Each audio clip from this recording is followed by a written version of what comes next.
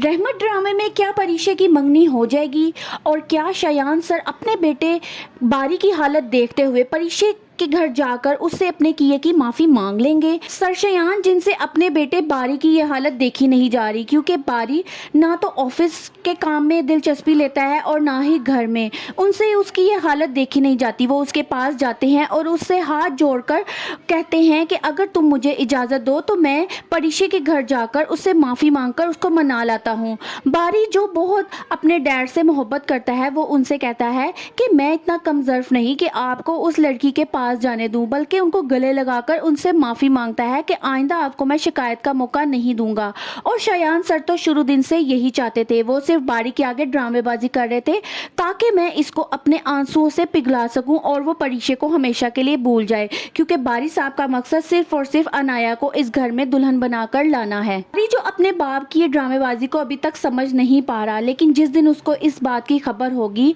कि ये सारा कुछ खेल रचाया हुआ सिर्फ और सिर्फ उसके बाप का है, तो वो उनको कभी भी माफ नहीं करेगा। परीक्षा जिसकी माँ ने अब ठान ली है कि वो अब उसकी शादी करवा कर रहेगी। दादी उनसे कहती है कि हमें परीक्षा को कुछ मौका देना चाहिए, उसकी बात को तुम समझो, लेकिन उसकी माँ जुबैदा कहती है कि अब मैं उसकी एक नहीं सुनूंगी, मुझे जो बेहतर लगेगा मैं उसके लिए करूंगी। और ये बात वो परीक्षा को भी कह देती हैं कि अब मुझे तुम्हारे लिए जो रिश्ता मुनासिब लगेगा मैं तुम्हारी वहाँ शादी करवा दूंगी, अब मैं तुम्हारी एक नहीं सुनूंगी। वहीं दूसरी तरफ रुमैसा जब ऊपर अपने घर से ये देखती है कि आलम साहब जुबैदा के घर जा रहे हैं, उसको ये बात ज़रा भी अच्छी नहीं लगती। और जैसे ही आलम साहब घर वापस आते हैं तो वो उनसे थानेदारों की तरह पूछगिछ शुरू कर देती है, जिसपे आलम साहब कहते हैं कि मुझे लगता है जैसे मैं किसी थाने में आ गया हूँ, तुम तो मुझसे ऐसे इन्वेस्टिगेशन कर रहे हो, इससे अच्छा होता कि मैं घर वापस ही ना आता। रुमैसा को बहुत गुस्सा आता है, वो कहती कि अगर आपने जुबैदा के घर जाना ही था तो आप मुझे बता देते,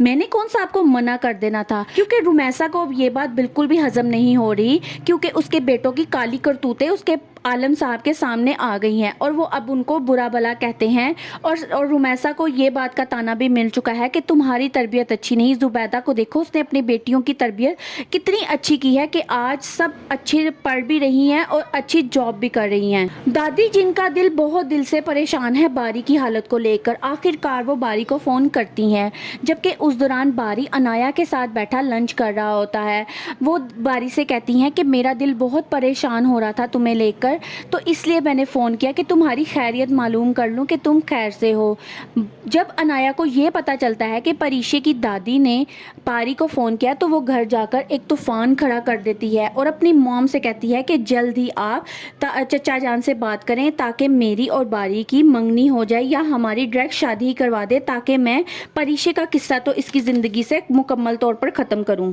क्या परीक्षा वाकई अपनी माँ के दबाव में आकर इस रिश्ते के लिए राज़ी हो जाएगी और क्या शयान सर अनाया से अब बारी की शादी करवा देंगे?